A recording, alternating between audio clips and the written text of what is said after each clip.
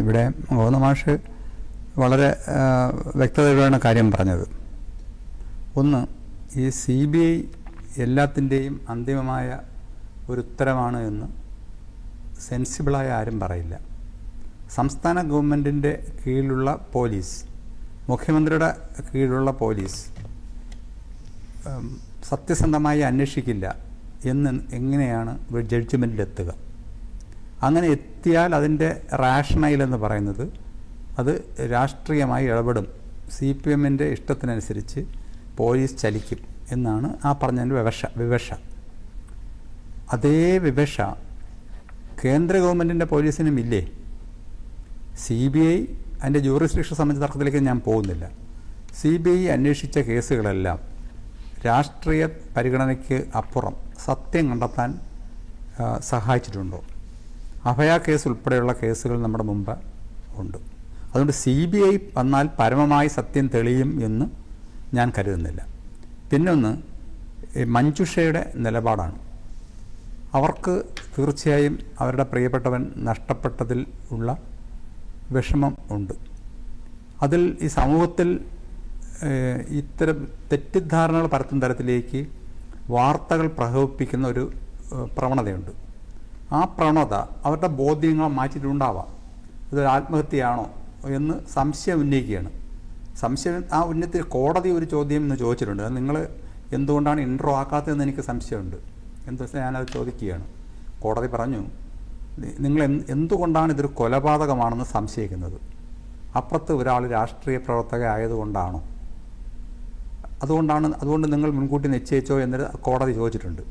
മാത്രമല്ല, ഈ അന്വേഷണ സംഘത്തെ കൊണ്ട് റിപ്പോർട്ട് കൊടുക്കാൻ അനുവദിക്കരുത് എന്ന് ഒരു പ്രേ ഉണ്ടായിരുന്നു.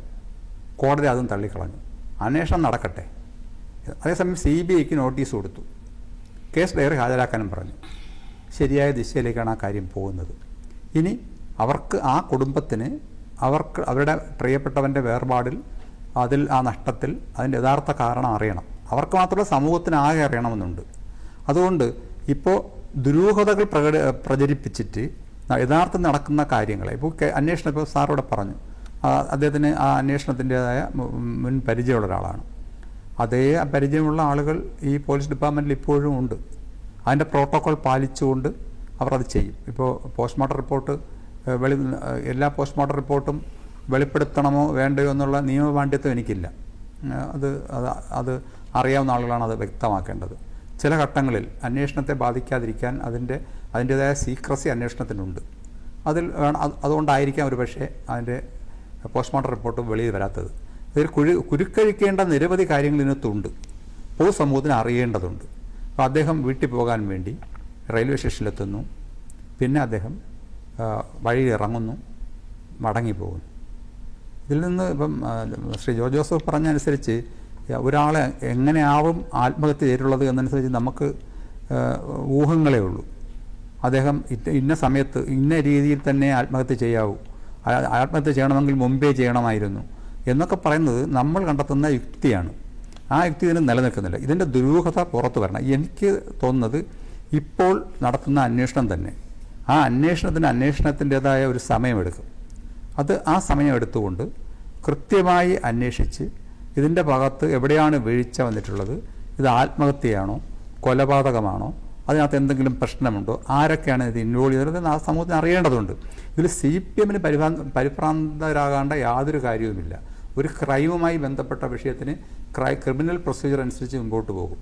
അതിന് പുറത്ത് ചാർത്തി കൊടുക്കുന്ന വൈകാരികതകളും മറ്റുമൊക്കെ തന്നെ പലപ്പോഴും രാഷ്ട്രീയ പ്രേരിതമാകുന്നത് കൊണ്ടാണ്, രാഷ്ട്രീയമായി കുത്തിയിളക്കാൻ ശ്രമിക്കുന്നത് കൊണ്ടാണ് സത്യത്തിൽ നിന്ന് നമ്മൾ അകന്നു പോകുന്നത്.